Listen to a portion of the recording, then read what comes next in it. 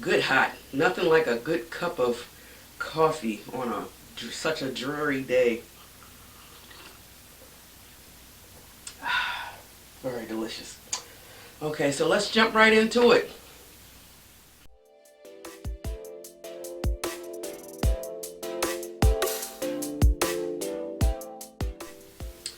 Hello plant community, thanks for tuning into this channel. If you're new here, welcome. My name is Pam, and from the thumbnail you guys, you can see that I'm talking about begonias today.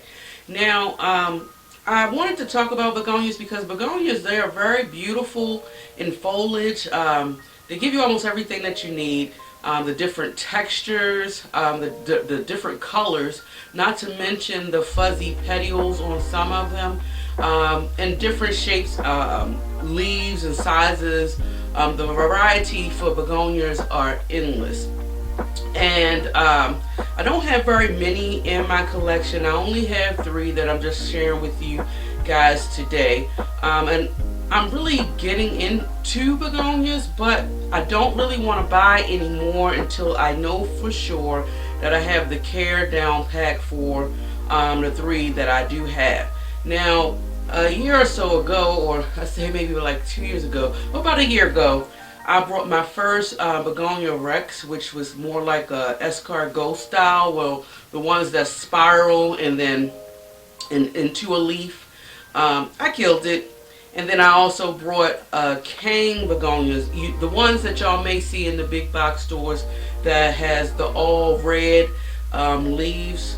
And I brought that into my home and I killed it. So Begonia Rex and the cane begonia, even though I did kill those 2 plants, I did learn something about it. And I applied my knowledge or the mistakes that I made with those plants, and I tried to apply to the 3 plants that I have now. So let's just jump right into it. Of course, y'all have always seen my Begonia maculata that I had here. Y'all guys know about the mishap where it fell because it's getting so top heavy. And now I have it just sitting on the floor, but I just want to show you this one right here, which I do love so very much. This is what I'm talking about, you guys. You never know what you're going to get when you do get a begonia. I just love the shape of the leaves. That angel wing look is very beautiful. I love that, I guess, green matte color with the splashes of white. And then of course, you know, the piece of resistance, as they would say, is actually the red backs. I'm really loving it.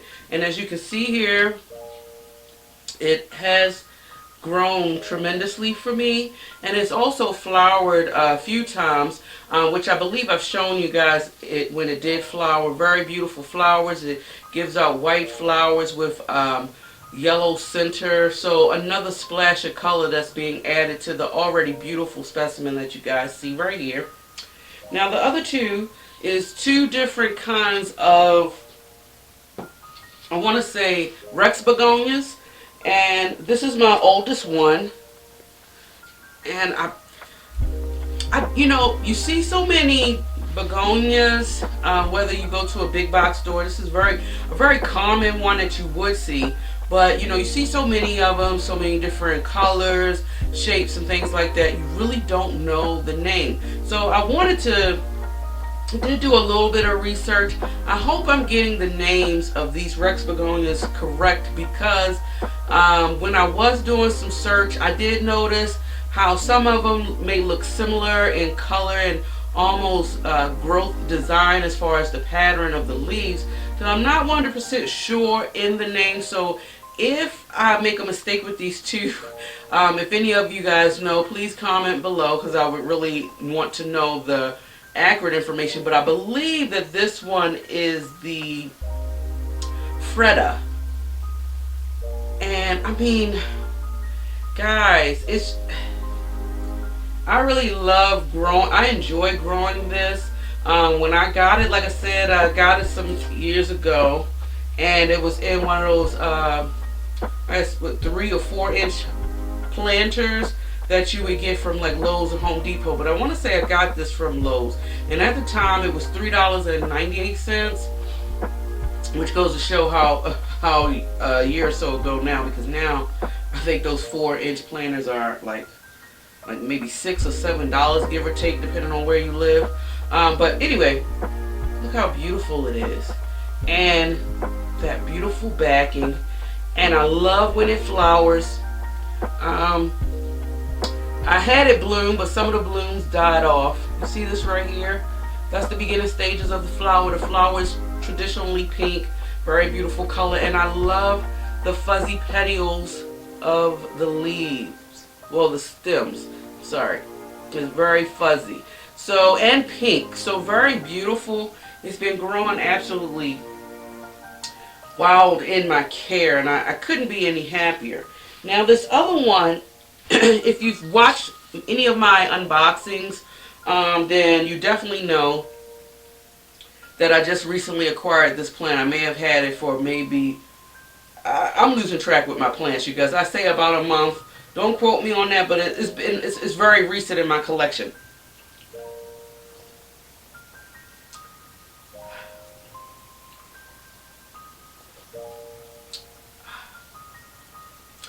Okay, let's go. Let's get back to the plants. Y'all didn't come here to watch me drink coffee, but you know it's very therapeutic, I must say. This one right here, I had to get it because, first of all, this is the first time I've ever seen this particular begonia of this color in a big box store, at least in my area. So when I saw it, and magically, I think this was the last one of this particular style that they had. I got this from, I think, Lowe's, and I mean, that bluish silvery hue to the leaves with the edges. Let me show you guys the back. With the edges looking like red tints, and look at that color. Y'all already know that I am a sucker for the red back, so any splash of colors on the back of leaves. Don't ask me why, you guys. I really don't know, but that's just one of my styles, my aesthetic, if you will. But back to this, it's just absolutely gorgeous. And I never, like I said, I've never seen anything like it up close. I think it's absolutely stunning, and I really want to grow this one out to be as wild and lush like my Freda. Now this one, I believe, I wrote the name down because I didn't want to forget my memory. God, names, I'm terrible with names. So, but this, I believe this one is called the Shadow King. And once again, like I said, this is information that I'm gathering just from me researching, because I like to at least know the names of some of the plants and try my best to find out the correct names of some of these plants. So if this is inaccurate, please comment below, but I believe this is the Shadow King. Very beautiful specimen.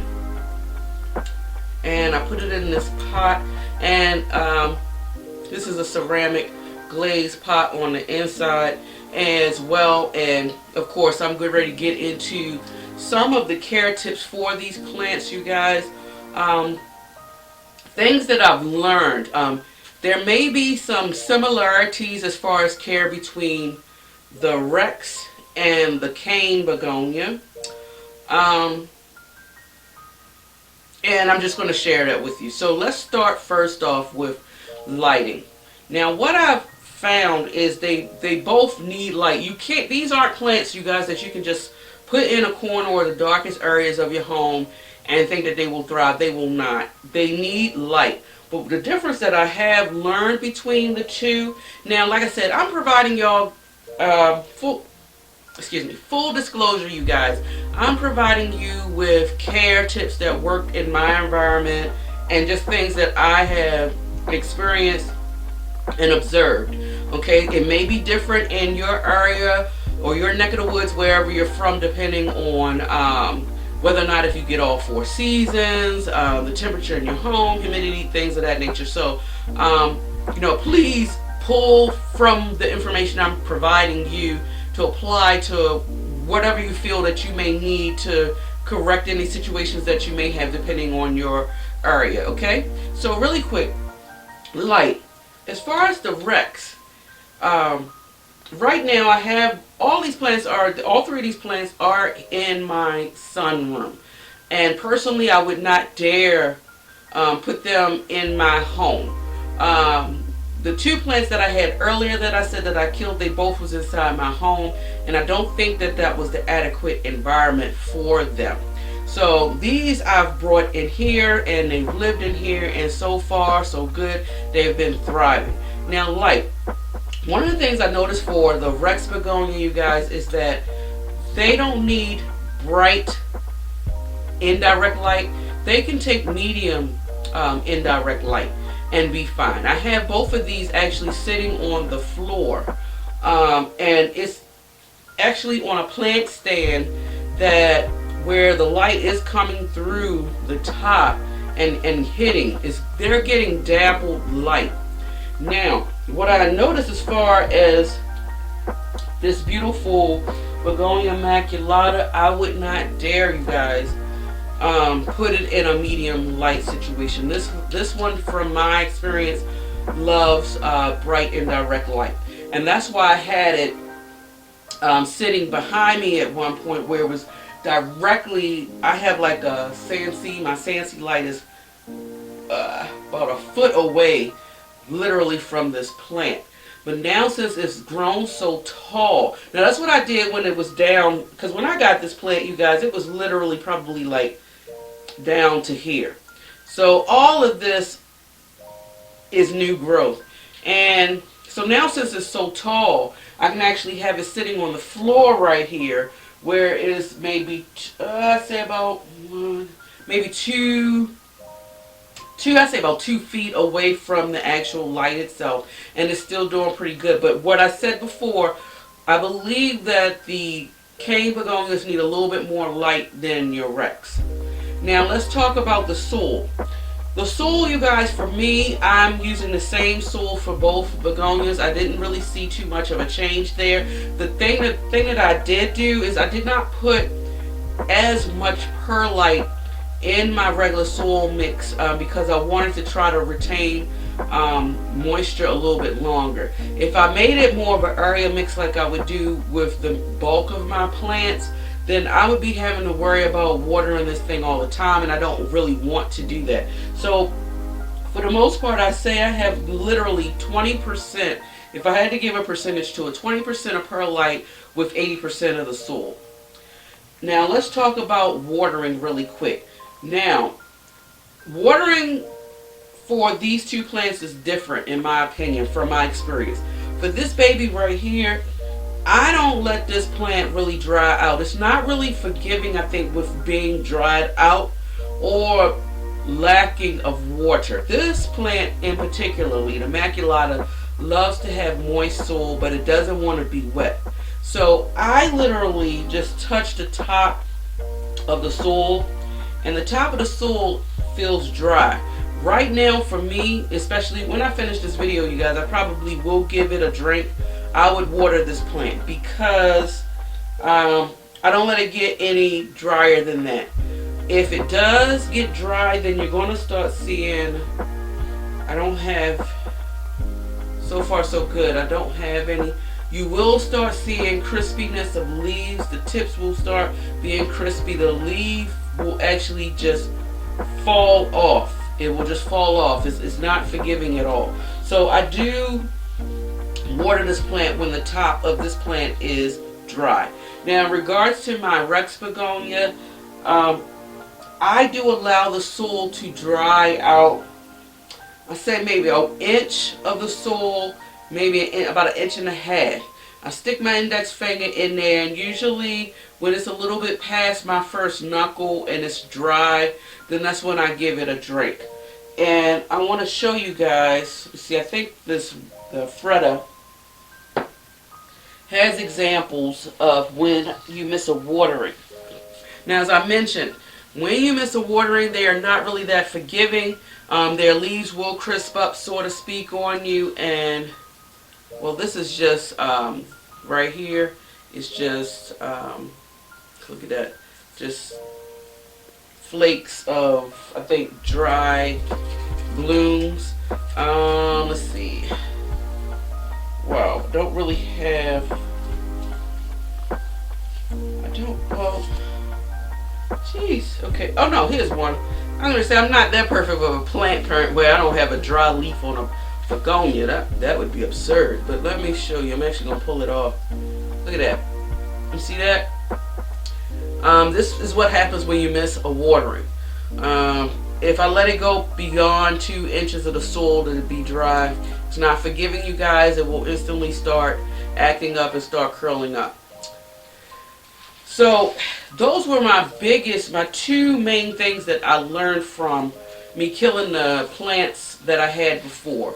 It was the lighting piece as well as the watering schedule. And I believe I have it down almost to a science, so to speak. And I'm sorry, you guys, I'm not sure, but the camera, I mean, I can see myself fine in the film, but it's a very dreary day outside, so forgive me if the quality of light does not look any better. And let me see. I don't even think that.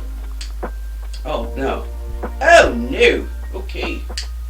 I leave that off. I always usually cut that off before I even start my film. But back to the plants, because that's what y'all are here for. So yeah, lighting and watering was my main thing. Another thing, which is the reason why I said I would never put any of these plants inside my home, because you guys know that I don't really have a humidifier inside my home, but I do have one here that's sitting up here on this shelf. And these plants, whether it's a cane or a Rex, from my experience, they need a boost of humidity. You cannot have, I don't believe that the average household humidity, unless by chance is over 55 in your home, which would be miraculous if it is, where you would actually have your begonias survive. And I do believe that that's where the decline was. I didn't fully understand how much light my begonias needed, even though they was getting artificial light inside my home. I don't think they was not getting nowhere near as much humidity that these plants need. And because I have a whole lot of plants in here grouped together, it's also increasing the humidity even more, along with the extra boost that I put into the air by having my humidifier on. Now, so yeah, and that's another indicator also too of crispiness of your leaves. If you are having crispiness in your leaves, you might want to double check your watering situation, and you want to take a look around and see exactly what the humidity around this plant is. Those are usually, from my experience, the 2 indicators of why you would have crispy leaves. Now, as far as pests, I got this, like I said, this is my oldest one that I've had in my collection, and I've had this for some time. I mean, if I'm pausing in thought, it's definitely been over a year. I really don't know when. 2 years maybe, if I had to guess. And I have not had any issues with pests. I haven't even had any issues with my Begonia maculata as far as pests. So I'm not sure, you guys, if there are any common pests to this plant. I don't even really do any type of pre-pest management, except for outside of inspecting my leaves. But I don't even because I know they don't like being sprayed. And anything that I do in regards of pests is maybe my mosquito bits, just to control fungus gnats, because I do have a lot of plants in my home. I give all of my plants that particular mosquito bits in the soil to prevent that. But outside of that, like mealy bugs and scales, and I hope I'm not jinxing this plant, you guys, but I haven't had any issues with that. So yeah, I think outside of that, like I said, you get down to watering and the lighting and the humidity, you really can't go wrong with these plants. And even with this Shadow King one, I have seen a little bit of growth. And another trick that I did as well, because I made a mention to you guys earlier that this is in a glazed pot on the inside as well. And I picked this, and actually the only one that's growing in a nursery pot would be my Begonia maculata. But I believe this one, let me feel it. The Fretta is also in a glazed pot as well. it holds, glazed pots, if you guys don't know, hold on to moisture a little bit longer. And like I said, my downfall will be with a plant where I have to water it every time I turn around. I'm not going to be mindful to water it every 2 days. When I have to start doing that, that's when it becomes a little bit more challenging. Now, granted, it would be great if this was the only plant I had in my collection. I had to worry about watering it every 2 days. That's great. But when you have, you probably maximize that time, right? But if you have over 100 plants, 200 plants like I do, you know, your time is limited when you have other things that you want to do and you want to have a life, right? So I don't need to add a plant in my collection where I'm worrying about watering it constantly. So one of the things that I do put it inside of a glazed pot so it can hold on to moisture a little bit longer. At least me doing it like this, and considering that I let the soil dry out at least about an inch, maybe an inch and a half before watering it.